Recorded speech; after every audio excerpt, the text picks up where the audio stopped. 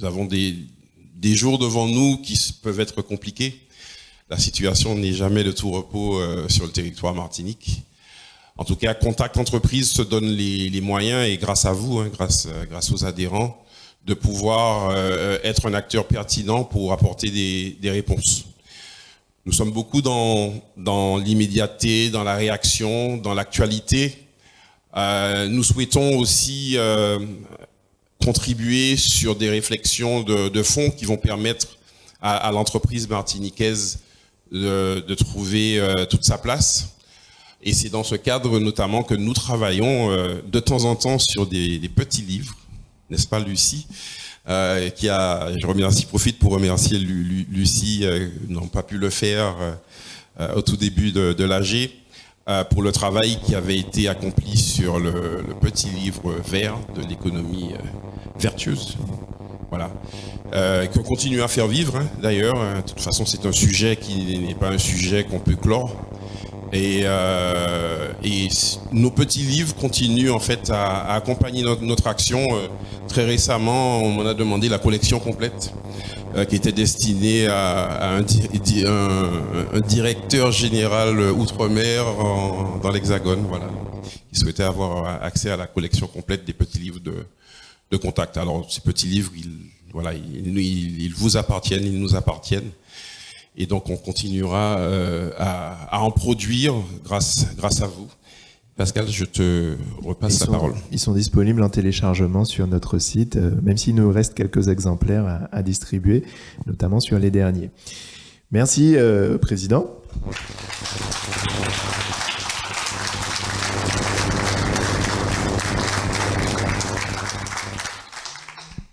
Donc on va passer à la deuxième partie, la partie comme annoncé un peu plus prospective, des échanges autour de cette thématique pour laquelle on a opté de façon collégiale au cours des bureaux consultatifs auxquels vous êtes cordialement invités. De façon collégiale, on a voulu choisir la thématique de la culture afin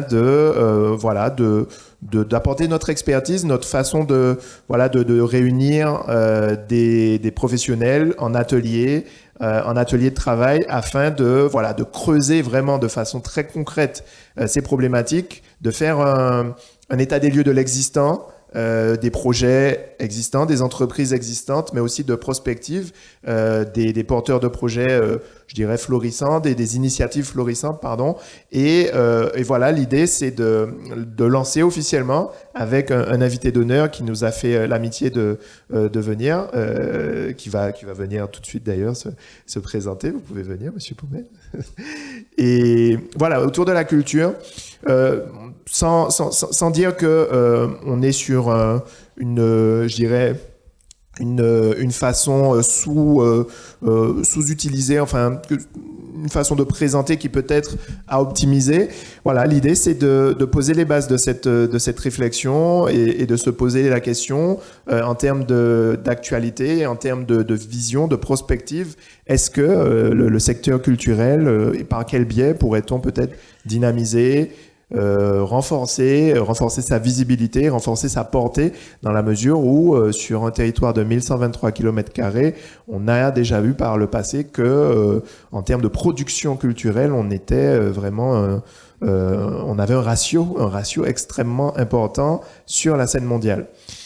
Donc je vais passer la parole à Monsieur Pomez. L'idée c'est de faire un échange assez dynamique. N'hésitez pas si vous avez des questions. Je vais laisser peut-être introduire cette thématique à travers des dispositifs existants, des initiatives existantes et peut-être comment je dirais intégrer cette dynamique de valorisation au sein des entreprises martiniquaises qui ont ce souhait aussi. C'est nous qui avons choisi ce thème et nous, bureau consultatif entreprises martiniquaises. Voilà, un peu dans cette thématique-là, quels échanges systématisés, créés, fluidifiés pour en faire un secteur économique de premier plan. Oui.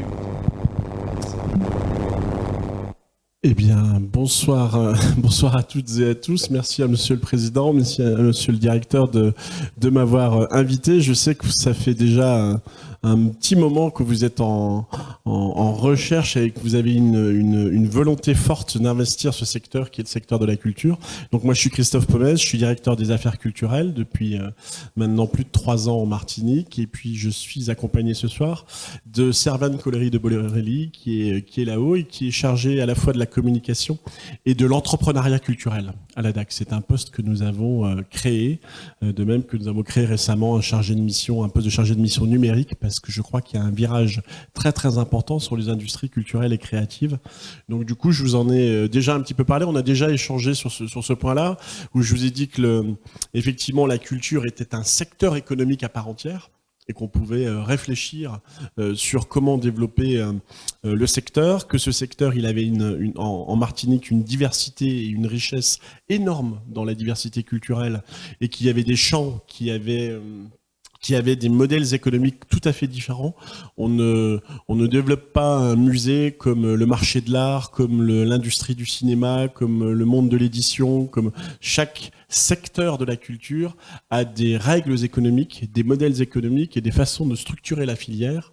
Et tout notre travail au niveau de la direction culturelle, des affaires culturelles, c'est de structurer ces filières. C'est-à-dire le livre, c'est de soutenir aussi bien depuis, on va dire, la sensibilisation, c'est-à-dire le livre dès le plus jeune âge, développer l'accès au livre et à la lecture. Donc c'est aussi bien développer des lieux de bibliothèque, de médiathèque, d'éducation des enfants. Donc c'est toute la partie sensibilisation. Et puis ça va être aussi aider à la production, aider à ce que les auteurs, les autrices puissent être en résidence, puissent écrire, puissent être rémunérés pour ça. Et puis il va falloir trouver les secteurs pour avoir des maisons d'édition, pour que on en finisse des fois un petit peu en Martinique sur l'auto-édition. C'est-à-dire qu'on n'arrive pas à trouver des maisons d'édition qui vont assurer à la fois l'édition du livre, la promotion, la diffusion. Et puis derrière, il va falloir, au-delà de la production, de l'édition, travailler sur le lien à faire diffuser les œuvres, à faire en sorte que le public puisse les rencontrer. Et là, nous, par exemple, les modalités sur le livre, ça va être de soutenir un salon du livre, ça va être de soutenir les endroits ou des festivals de livres, ou des prix littéraires qui vont permettre à un moment donné de donner cette dynamique. Je vous ai donné sur le livre, mais c'est parce que si je prends le cinéma, c'est pareil. Si je prends le théâtre, c'est pareil. Aider à l'éducation, la formation, la professionnalisation, la création, la diffusion, la rencontre, c'est-à-dire qu'on essaye d'agir pour structurer totalement une filière dans chaque domaine. Donc on pourrait prendre n'importe quel axe et vous verrez que c'est différent. Mais effectivement, dans le domaine du cinéma, on va soutenir des festivals de cinéma. Dans le domaine du théâtre, ça va être soutenir une scène nationale comme Tropicatrium. On a des modalités différentes, mais en gros, nos objectifs sont les mêmes. C'est de structurer cette filière pour travailler sur ce que j'appelle les droits culturels. C'est-à-dire que quel que soit l'endroit où on habite en Martinique, on puisse garantir les droits culturels. C'est quoi les droits culturels? C'est accéder et vivre sa propre culture et pouvoir aussi, si on le souhaite, accéder à la culture de l'autre. Et donc ça, il faut qu'on le garantisse. Et c'est vrai que je vous en avais déjà parlé. On a des phénomènes que vous connaissez, vous, dans le monde économique, qu'on connaît aussi dans le monde culturel. Par exemple, des phénomènes de concentration culturelle.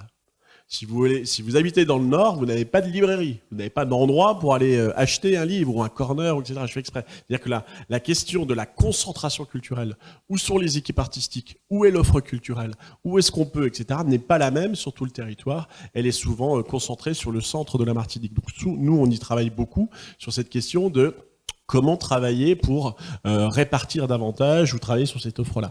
Donc là, voilà, je voulais vous dire que le premier, c'est que la culture est un secteur économique à part entière. Et puis la deuxième chose que vous m'avez déjà entendu dire, c'est que moi, j'arrive de l'étranger, et donc je travaille dans le réseau culturel français à l'étranger, auprès des ambassades, et il n'y a aucune entreprise française ou francophone qui ne peut développer économiquement son modèle sans qu'elle ait pris en compte le facteur culturel. C'est-à-dire qu'on ne vend pas des voitures, on ne construit pas une usine si on n'a pas compris si ce territoire il est sacré, quel est le rapport de la population à la culture, quelles sont les pratiques culturelles, religieuses, si on ne prend pas en compte le facteur culturel. Et donc à un moment donné, c'est vrai que la culture est aussi un secteur à part entière qui doit être associé. Moi je travaille beaucoup pour que l'urbanisme prenne en compte nos artistes designers dans les choix architecturaux, dans les choix d'urbanisme. C'est-à-dire que la culture n'est pas simplement un supplément d'âme qu'on met à côté éventuellement avec un secteur économique. Elle est tout entière un vecteur possible de développement du territoire. Donc vous m'avez souvent entendu dire, souvent je dis, bah voilà, il y a dans le domaine du tourisme, il y a l'économie bleue, qui est l'économie autour de la mer, de tout ce qu'on peut faire sur le balnéaire, etc. Il y a l'économie verte autour de bientôt l'inscription, je l'espère, à l'UNESCO de la montagne pelée, de tout ce qui est l'environnement, les balades, de tout ce qui va être autour du vert. Et puis il y a une modèle économique qui repose aussi et qui est complémentaire, qu'on appelle l'économie mauve, qui s'appuie sur la mise en valeur de la richesse culturelle. Et cette richesse culturelle, elle est énorme en Martinique, et il y a même des pans qui sont entiers, qui ne sont pas aujourd'hui assez valorisés. C'est pour ça qu'on a eu au mois de mai les journées du patrimoine culturel immatériel en Martinique. C'est ce qui fait la grande différenciation, c'est ce qui nous fera notre grande singularité par rapport à d'autres destinations touristiques de la zone Caraïbe. C'est cette richesse que nous avons, autant patrimoniale, parce que je parle de l'immatériel, mais autant patrimoniale, on a une richesse mais archéologique, historique que n'ont pas les autres territoires. Et puis on a cette richesse en plus du patrimoine culturel immatériel qui peut être vraiment un outil important. Voilà, et puis il y a la relation que vous pouvez avoir avec le monde de la culture, où là, au moment où vous le souhaiterez, on pourra répondre à vos questions. Beaucoup d'entreprises, soit dans le domaine de la responsabilité sociale de l'entreprise, soit parce qu'elles ont compris qu'on n'attire pas des salariés si on ne propose pas des activités culturelles pour les enfants, pour que ces gens aient envie de venir travailler à tel endroit, ou etc. C'est-à-dire que le monde de l'entreprise va être peut-être un moment de tension où à un moment donné, l'idée d'investir dans la culture va être importante, notamment pour éviter l'exode de notre jeunesse, pour des métiers. Vous savez, en ce moment, je recherche 3 archéologues. J'ai 3 postes d'archéologues à la DAC Martinique en ce moment. Trouver des jeunes, ou moins jeunes, mais des Martiniquais et Martiniquaises qui sont formés, qui ont envie dans ce secteur. Voilà, j'essaie de dire qu'il y a des métiers qui peuvent se faire et qu'on est un secteur aussi où on peut développer ça. Et donc souvent c'est sur la responsabilité d'entreprise, c'est le partenariat culturel. Et là je peux vous dire qu'on est à votre disposition avec ma collègue Servan, je ne serai pas plus long, pour développer tout ce qu'on appelle sponsoring, mécénat, partenariat, investissement dans la culture, enrichir le patrimoine culturel, acheter des œuvres d'art auprès des artistes ici en Martinique en art contemporain. C'est parfois des placements de la part des entreprises qui sont déduites après fiscalement. On pourrait voir toutes les aides. Mais à un moment donné, c'est de se dire comment le secteur économique a une relation avec les artistes et la culture. Et je ne serai pas plus long, mais on développe un certain nombre de dispositifs. Par exemple, des artistes en résidence en entreprise. Voilà, on a en ce moment, on est en train de travailler pour mettre en place des zones artistiques temporaires. Il se trouve qu'il y a des sociétés immobilières qui ont plein de locaux qui parfois pendant 6 mois, 12 mois sont pas occupés. Eh bien, nos artistes, nous ici en Martinique, il manque de lieux pour travailler. Il manque de lieux pour pouvoir faire ce travail-là. Et donc, on peut trouver des partenariats pour avoir des résidences en entreprise, pour pouvoir mettre en place des zones éphémères artistiques temporaires. Voilà, on peut imaginer plein de choses. Et on est vraiment à votre disposition pour construire ces dispositifs avec vous. Voilà, je ne veux pas être plus long, je veux surtout répondre si vous avez à des questions. Et puis je voulais vous remercier de vous être emparé de cette thématique et puis vous dire que notamment avec ma collègue, nous sommes à votre disposition pour contribuer au livre ou en tout cas aux questions que vous auriez ou de vous envoyer sur les contenus dont vous auriez besoin pour ce petit livre de Contact Entreprise. Merci. Je ne sais pas si il y a des questions spécifiques. Oui, il y a déjà une question. Mais pendant que je monte pour donner le micro, je voulais aussi poser certaines bases, savoir si effectivement vous avez parlé de mécénat, ça intéresse directement les entreprises, mécénat de compétences, mécénat financier. Mais une des questions, c'est est-ce qu'il y a aussi une demande, c'est-à-dire que est-ce qu'il y a une rentabilité derrière justement ces dynamiques de financement et de mécénat qui permettent justement de rendre, de valoriser ces investissements et de concrétiser justement ces investissements avec pas un retour sur investissement, mais un investissement qui aura été concret et fructueux. Dans ce que j'observe aujourd'hui des entreprises, il y a 3 modèles d'intervention. Il y a ce que j'appelle le sponsoring, souvent pris sur des budgets de communication. Il faut que mon logo, il faut que j'achète la prestation que je veux avoir, comme je communiquerais dans un magazine, un spot télé, à un moment donné, je vais prendre de la communication et je suis dans du sponsor. Il y a d'autres formes qui sont des formes de parrainage, où à un moment donné, on va un petit peu plus loin dans les discussions. Et puis si on va sur le mécénat, on est sur autre chose. Puisque le mécénat, on va parfois donner plus que ce que l'on va avoir comme retour direct sur ce que l'on va donner. Pour qu'il y ait mécénat, il faut qu'il y ait une rencontre. Il faut que l'acteur culturel comprenne quelle est la stratégie de l'entreprise.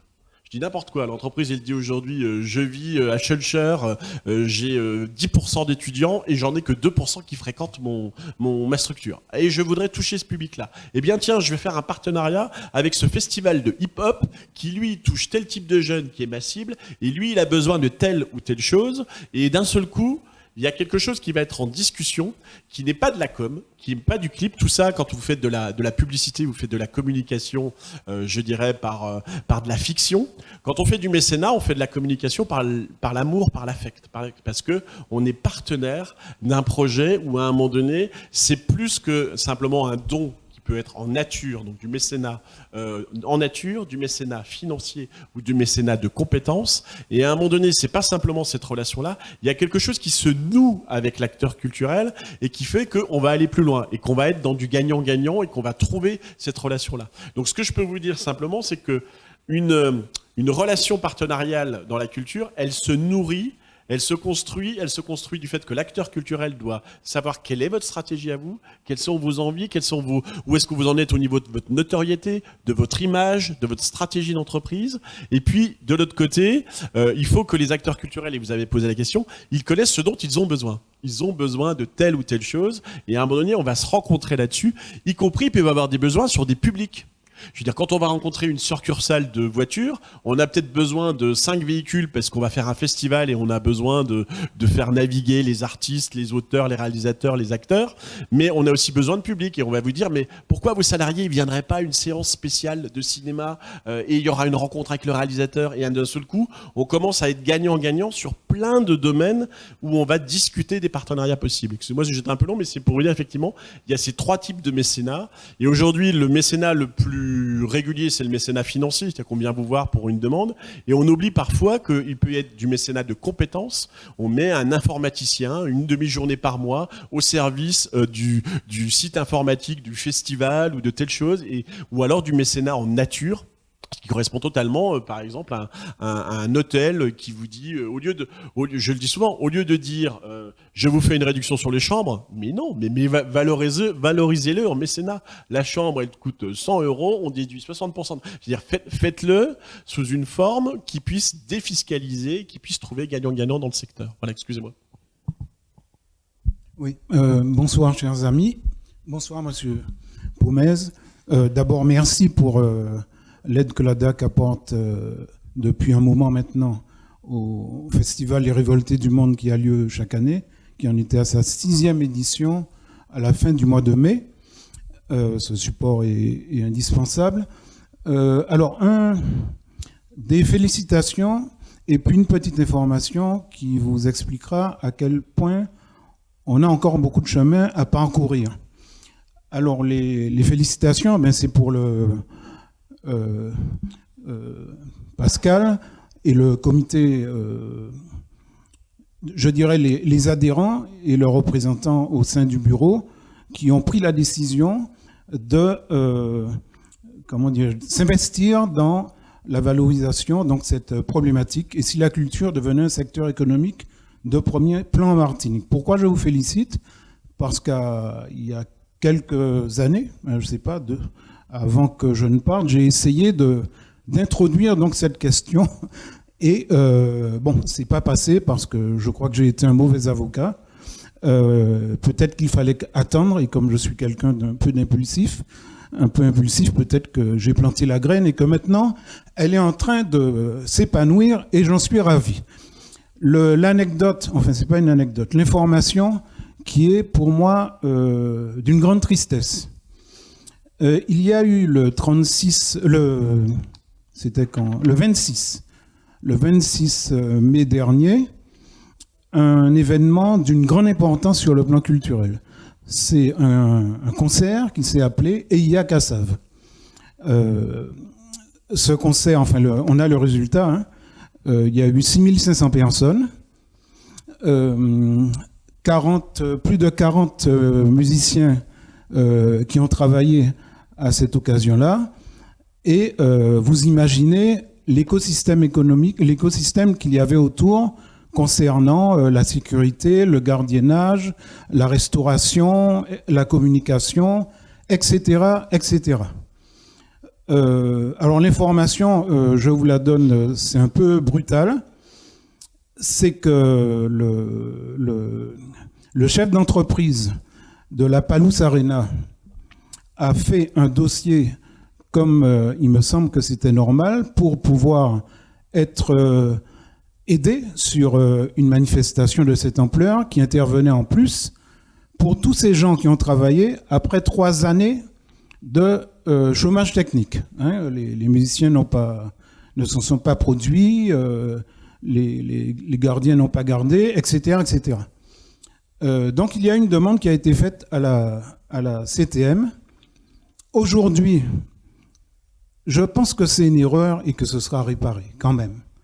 Aujourd'hui, le résultat, ça a été 0 centime de subvention. Parce que je pense qu'une partie des élus martiniquais qui sont à cet endroit stratégique, la CTM, en charge du développement de l'économie de la Martinique, n'ont pas compris comment ça fonctionne la culture, comment fonctionnent les concerts. Ce ne sont pas simplement des chanteurs qui montent sur une scène et puis ça n'a pas de signification économique. Au contraire, ça a une grande signification. Alors, personnellement, bon, j'ai le privilège de pouvoir dire ce que je pense tout le temps. Maintenant, je pense que c'est un peu scandaleux. C'est tout. Voilà.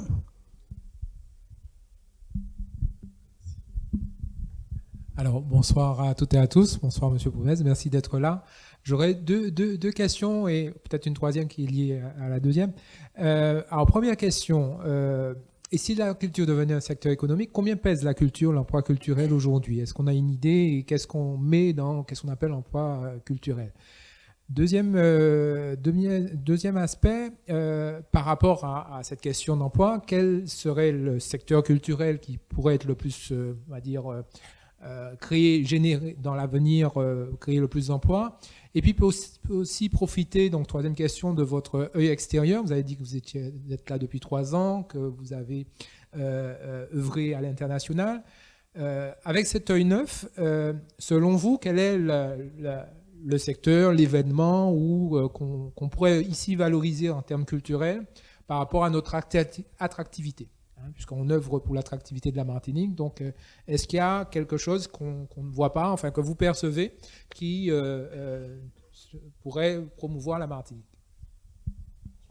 Alors, je vais tenter d'apporter une réponse. Moi, j'ai bien entendu ce que vous avez dit sur la question qu'on doit se poser aujourd'hui. C'est dans le domaine de la culture, qu'est-ce qui doit être subventionné? Il y a des têtes d'affiche où ils n'ont pas besoin de moi. Ils n'ont pas besoin de la DAC. C'est-à-dire que moi, je ne vais pas faire le gros concert de Maître Gims qui viendrait en me disant mais j'ai besoin, etc. Il y a des professionnels. Moi, j'ai un master de gestion d'entreprise culturelle. Je sais à un moment donné que je prévois un concert. J'ai 10 000 billets. Mon seuil de rentabilité, il est à 2750. Si j'ai pas vendu 2750 billets, je vais prendre etc. Si je dépasse les 2750, etc., etc. C'est un secteur d'entreprise sur lequel on a besoin de personnel. Et là où je voudrais attirer votre attention, c'est que moi, j'essaie de mettre le paquet sur le fait qu'on a un manque d'ingénierie culturelle en Martinique. Nous avons des artistes extraordinaires. Ce matin, j'étais avec une équipe artistique qui va partir au Festival d'Avignon, 3 semaines, avec un super spectacle. Et là, on est à 1 mois, puis je leur dis, est-ce que vous avez bien pris un chargé de diffusion ou une chargée de diffusion? Et là, ils me regardent. Je dis, oui, vous savez, quelqu'un qui va accueillir les professionnels, qui va aller les chercher, qui va prendre etc., qui va donc faire le travail de vente, de session de votre spectacle pour la suite.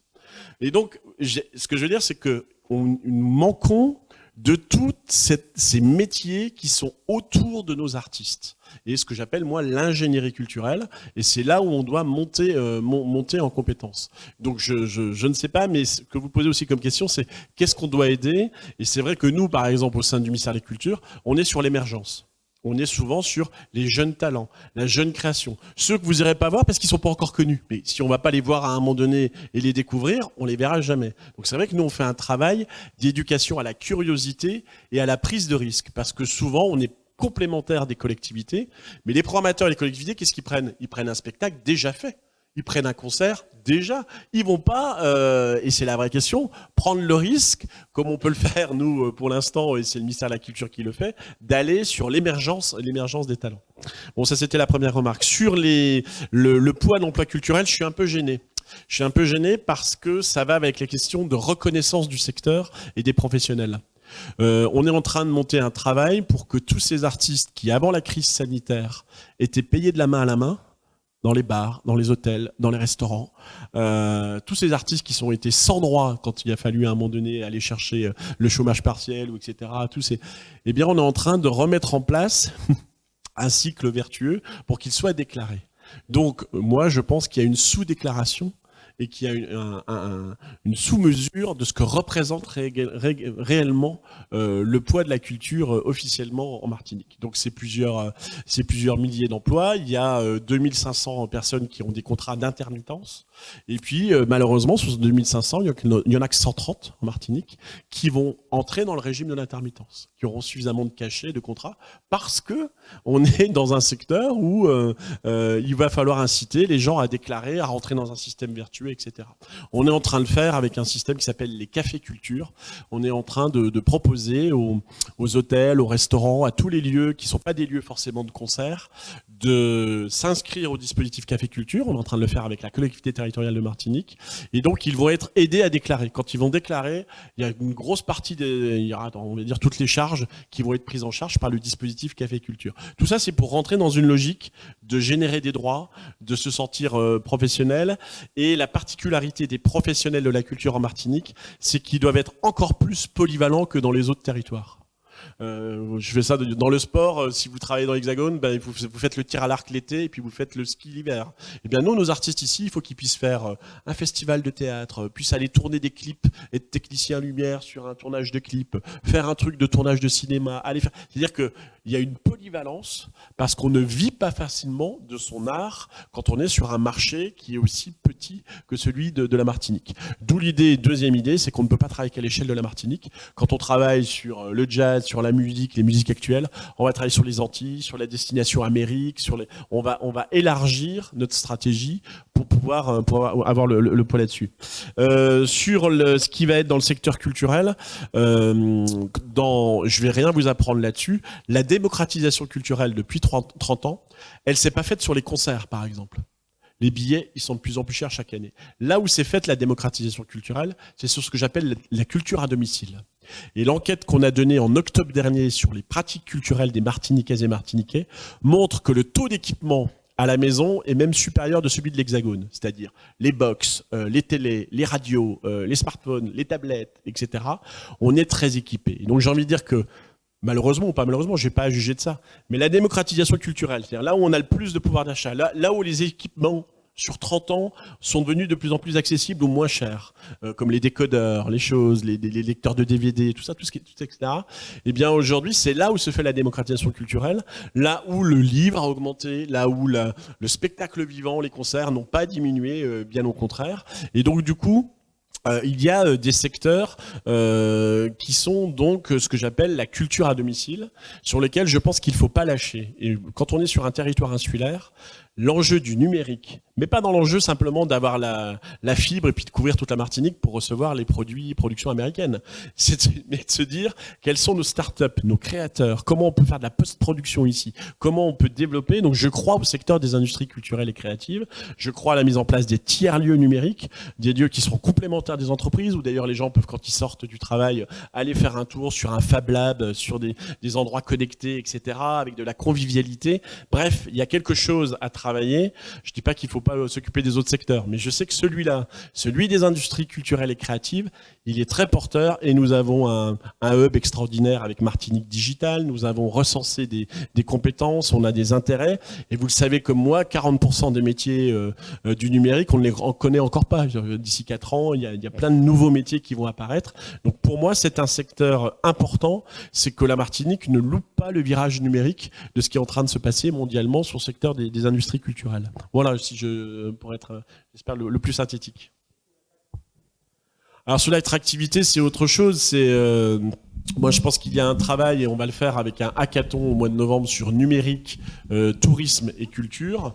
Les collectivités où les gens sont très friands de ce qu'on appelle les festivals, les événementiels, mais aujourd'hui, ils ne sont pas marketés. C'est-à-dire que vous n'avez pas un travail qui ferait de vous dire, vous n'avez pas un tourisme de saison qui vous dirait, vous êtes extérieur à la Martinique, vous voulez venir en décembre, c'est des chantiers Noël, en février, il y a le carnaval. Enfin, il y a pas de montage de produits qui lie la culture, où des gens réserveraient à l'avance leurs hôtels, leurs trucs, parce qu'ils veulent absolument participer à tel événement ou à telle chose. Donc c'est pour ça que je dis qu'il y a encore un gros travail. Moi, je pense que le premier travail que nous faisons, c'est de structurer une pratique locale. C'est-à-dire que lorsque les gens vont visiter leur jardin à côté de chez eux tout au long de l'année, quand il y a la famille et quand il y a les touristes étrangers qui viennent, ils peuvent dire c'est là qu'on peut aller, c'est à ce jardin-là, etc. Donc ils deviennent prescripteurs de pratiques culturelles, et c'est ça qui nous importe, nous, aujourd'hui, dans l'éclairage que l'on peut faire. Donc on travaille beaucoup sur le fait qu'on ne construit pas des musées pour les touristes étrangers, qu'on ne construit pas des équipements culturels pour les touristes extérieurs, mais qu'on les construit d'abord pour nos jeunes, pour qu'ils aillent découvrir les métiers, pour qu'ils aillent découvrir comment ça se passe. Et vous m'avez déjà entendu, c'est un des axes de travail qu'on peut avoir avec Contact Entreprise. On développe beaucoup ce qu'on appelle le tourisme de savoir-faire, ou la visite d'entreprise. Donc cette idée qu'à un moment donné, il y a des métiers d'art, il y a des gens qui fabriquent des instruments de musique, des tambours, et que ça peut être l'objet d'une offre touristique, d'une rencontre, d'un partage, et que ça peut être dans une stratégie intéressante des entreprises. Parce que dans la visite d'entreprise, vous pouvez valoriser votre personnel, que ce soit le gardien, que ce soit le retraité qui travaillait là, qui va accueillir un groupe et qui lui a dit moi je travaillais dans cette entreprise, dans cette usine, et je peux vous raconter, je peux vous faire la visite, etc. Donc on va toucher des gens durablement dans la visite d'entreprise, on va faire vivre quelque chose. Alors moi, c'est une demande de la part du préfet, puisque le préfet, dans le plan de relance, souhaitait qu'on soutienne le fabriqué pays. Et si vous voulez que les gens consomment localement, il faut qu'ils sachent comment se fait la vanille, comment se fait le truc, comment se fait le chocolat, Et donc la visite d'entreprise, elle conforte le fait que je vais garder un souvenir extraordinaire de ma rencontre avec telle ou telle personne qui est dans cette entreprise, et qui en même temps va me donner envie de savoir comment c'est fabriqué, et puis d'en être entre guillemets un client durable. Voilà. Oui, bonsoir, Richard Rosemin. J'ai 2 questions à vous poser. C'est des questions de financement, puisque vous avez l'air de tenir la trésorerie. Il y a en Martinique quelque chose d'extraordinaire, ça s'appelle le CERMAC à Fort-de-France. Il y a aussi Font Saint-Jacques à Sainte-Marie, il y en a encore d'autres. Et le maire de Fort-de-France, plusieurs fois, je lui ai demandé de voir s'il ne pouvait pas bénéficier de fonds FSE. Actuellement, le CERMAC, c'est quelque chose d'extraordinaire qui est pas du tout financé. C'est vraiment avec à la fois des professionnels qui font l'enseignement et des gens qui y vont. Ça me fait personnellement, j'ai honte en tant que Martiniquais de voir l'état dans lequel se trouve le CERMAC. Et donc j'aurais bien aimé savoir si vous pouvez trouver une solution pour pouvoir financer quelque chose qui est extraordinaire, qui met la culture à la portée des plus pauvres. Ensuite, il y a des gens qui ont fait des choses extraordinaires ici. Je prends le cas, par exemple, de la ferme des esclaves aux Trois-Îlets, qui n'a jamais eu 1 euro de subvention. Je suis intervenu personnellement plusieurs fois pour que le CMT envoie des stagiaires pour, en particulier, la langue, parce qu'il y a beaucoup c'est quelqu'un qui, avec ses fonds propres, a développé, a fait quelque chose. Que quand les étrangers viennent de France ou bien de la Guadeloupe, etc., quand je les emmène là, ils sont tous ça très bien. Le National Geographic est venu il y a une dizaine d'années. Il a fait 3 pages sur la Martinique, 2 pages sur la savane des esclaves. Ça prouve que c'est quand même, sur le plan culturel, c'est quand même pas mal. Alors j'aurais aimé savoir si vous pouviez, je pourrais venir vous voir pour ça. Je n'ai pas d'action dans cette affaire-là. C'est quelqu'un que je connais, que j'ai apprécié et que j'admire parce qu'il a fait des choses alors qu'il n'a pas la formation pour ça et qu'il n'a pas. Alors on cherche de l'emploi local. Il a été obligé d'employer des gens qui viennent de la France hexagonale pour pouvoir développer son idée. Parce que ici, les gens, je ne sais pas, ils ont honte de leur passé ou j'en sais rien. Voilà. Ensuite, vous avez parlé des instruments de musique. Il y a quelqu'un qui fait des choses extraordinaires, c'est Bamboo Man, qui fabrique des instruments à partir de bambou. est-ce que lui aussi, il pourrait avoir aussi des subventions? J'ai pas d'action dans tous ces gens-là, mais je trouve que c'est tellement formidable sur le plan de la culture. La culture, c'est tellement vaste. J'ai pris ces exemples-là parce que je pense que ça vaut le coup d'y penser. Tous ces acteurs-là, on les connaît, ils nous connaissent, on dialogue, que ce soit la savane des esclaves, que ce soit Bambooman, etc. Après, on a des dialogues avec ces structures. C'est-à-dire qu'on regarde autour de quoi on se rencontre. On peut se rencontrer avec la savane des esclaves parce qu'ils vont faire un travail avec les scolaires d'éducation. Donc nous, on a des crédits pour l'éducation artistique et culturelle. On peut travailler avec une structure parce qu'elle va intervenir au niveau des EHPAD. Moi, je suis très investi là-dessus. Je viens de demander des crédits pour innover sur ce que j'appelle la silver economy culturelle, c'est-à-dire comment bien vieillir en Martinique. Et là, je viens d'obtenir des crédits pour financer les compteurs dans les baillis funéraires. C'est une proposition qui m'avait été faite par Madame Casimirius de se dire comment on peut faire perdurer des pratiques, des choses. Donc, il y a culture santé, culture à l'hôpital, si quelqu'un a un projet de culture en prison, etc. On a le champ est large de pouvoir savoir sur quoi se rencontrer. Et encore une fois, il y a des domaines où, par exemple, Madiana, qui est un cinéma commercial, n'a pas d'aide de ma part sur son activité commerciale. Par contre, quand elle va faire un travail on est en train de faire une opération pour les enfants pendant les vacances, sur ce que vous disiez, qui n'ont pas les moyens d'aller au cinéma, qui ne seraient pas venus, qui viennent de loin, de centres aérés, de colo, là on va faire un dispositif vacances au cinéma pour toucher un public qui ne viendrait pas, etc. Donc ça veut dire que quand on a des subventions, etc., on se met d'accord dans le projet de la structure sur quoi on peut accompagner, comment on peut aider, etc. Sur le CERMAC, je trouve ça très intéressant ce que vous dites. Quand je suis arrivé il y a 3 ans en Martinique, je vais vous parler très franchement, j'entendais un discours de nostalgie, comme s'il y avait eu un âge d'or de la culture en Martinique. C'est vrai. Scène de musique actuelle au Marin, centre dramatique, des équipements à la fin des années 90, mais il y a 20 ans, mais incroyables pour le territoire. Et je n'ai pas de réponse pour vous dire aujourd'hui pourquoi ces équipements ne sont plus là, pourquoi on n'est plus au rendez-vous. Mais la vraie question que moi je me pose, c'est comment le CERMAC imaginé il y a 60 ans, c'est quoi son actualité aujourd'hui? C'est-à-dire que comment le CERMAC peut retrouver, c'est lui qui a formé les metteurs en scène, des gens qui sont sortis, je veux dire, il y a et aujourd'hui, je constate que ce n'est plus le cas. Mais j'ai pas sans donner de leçons à qui que ce soit. Je dis effectivement, des équipements ne sont plus au rendez-vous des enjeux, y compris des enjeux que j'ai cités, numériques, de sortir des jeunes qui vont... et pourtant, on en a des artistes numériques qui peuvent vous faire des interventions, du mapping, des événements incroyables. On a des jeunes qui sont capables de vous faire aujourd'hui de la VR, puisque c'est les 2 enjeux, réalité augmentée, réalité virtuelle, qui sont capables je le disais souvent quand je travaille avec le Club Med, maintenant, il n'y a plus de catalogue. On regarde dans son truc, puis on a avec un casque de réalité virtuelle, et on voit le village vacances, ou je sais pas quoi. Donc, je vous posais une bonne question sur lequel ce ne sont pas des outils État, donc ce sont des outils de collectivité comme le CERMAC ou des outils privés. Et donc, effectivement, ça pose la question de comment on les accompagne. Et pour être très très précis aujourd'hui, il y a un enjeu sur ce qu'on appelle les enseignements artistiques. Ce n'est pas de la compétence du ministère de la Culture. Depuis 2004, c'est de la compétence de la région et maintenant de la collectivité territoriale de Martinique. C'est pourquoi vous entendez le projet de conservatoire. C'est de se dire qu'aujourd'hui, qu'il y a des enfants qui apprennent de la musique, mais ils sont obligés de débourser, je ne sais pas, 900 000 euros par an.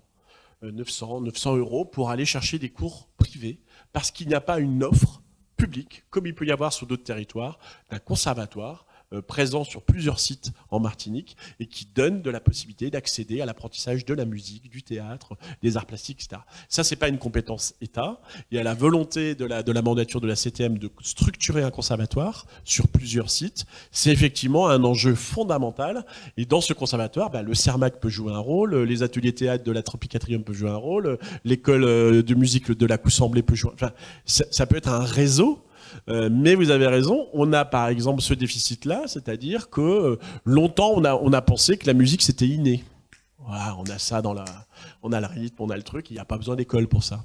Et puis il y a une génération qui a avancé là-dessus, y compris d'élus et de gens, et qui pense qu'il faut structurer et permettre à chaque enfant de pouvoir accéder à un enseignement, s'il le veut, de musique, quoi. Y compris quand je parle de conservatoire, je ne parle pas d'un conservatoire forcément de piano. Je parle aussi des instruments, du tibois, du chacha, des instruments de la haute taille, des instruments où à un moment donné, on doit développer nos propres écoles d'enseignement. Et c'est vrai que ça, pour l'instant, ça a pris du retard sur le territoire, et peut-être qu'il faudra des partenariats publics-privés pour avancer sur ces secteurs-là. Soit René Lorzou, les éditions du Sucrier, maison d'édition jeunesse martiniquaise, soutenue par la DAC, ce dont je vous remercie. Voilà. Je vais juste faire partie d'une réflexion, c'est pas tellement, enfin, une préoccupation, on va dire, de mon secteur, enfin, de mon entreprise. C'est vrai que nous labourons autant que nous pouvons notre terrain local. Vous l'avez dit vous-même, nous avons un petit marché. L'une des préoccupations fortes pour nous, c'est de pouvoir nous ouvrir sur l'extérieur, puisque nous savons que nous avons en fait que nos produits en fait peuvent intéresser et intéressent des personnes à l'extérieur, notamment notre diaspora, on va dire ça comme ça pour parler rapidement.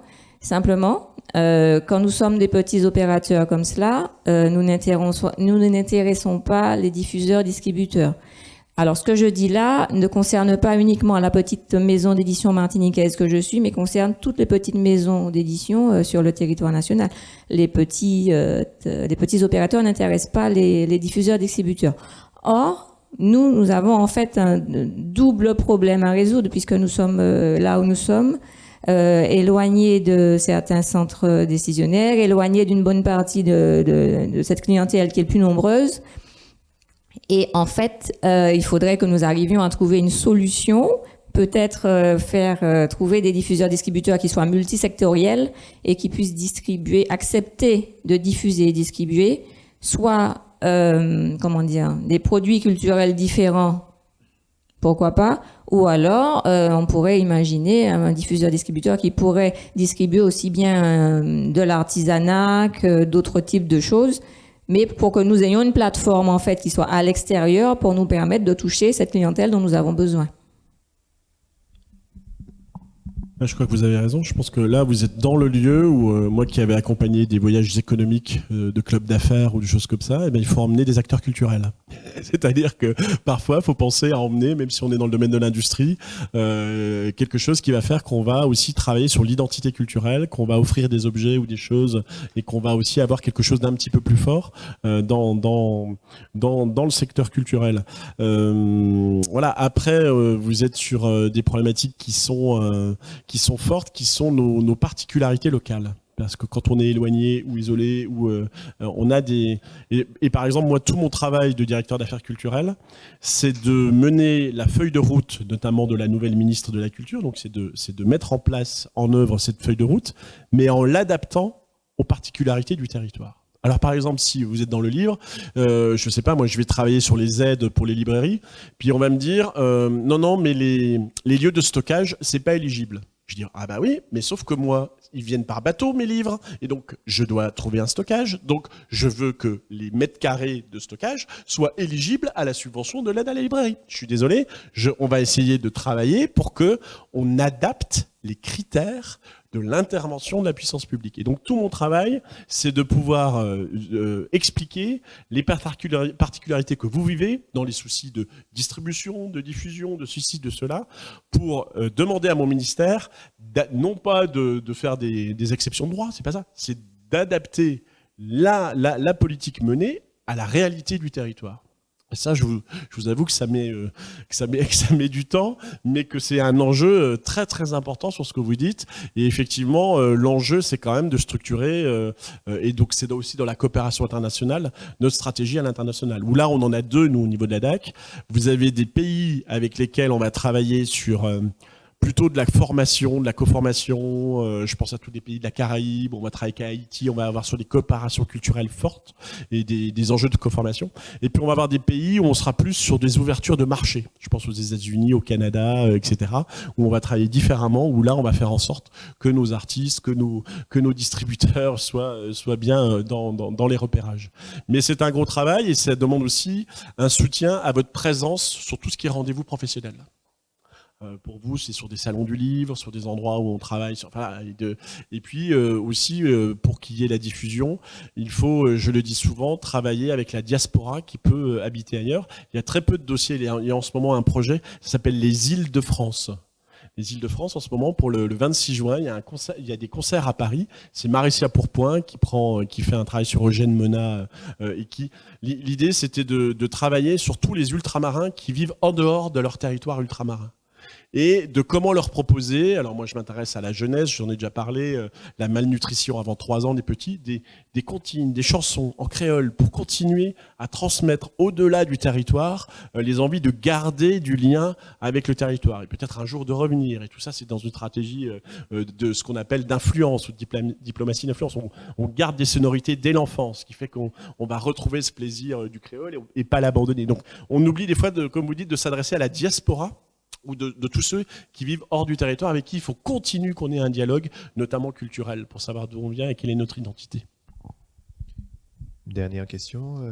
Oui, bonjour. Pourriez-vous nous détailler les différents mécanismes financiers de soutien au mécénat, crédit d'impôt, défiscalisation, quels sont les périmètres éligibles, patrimoine matériel, immatériel, etc.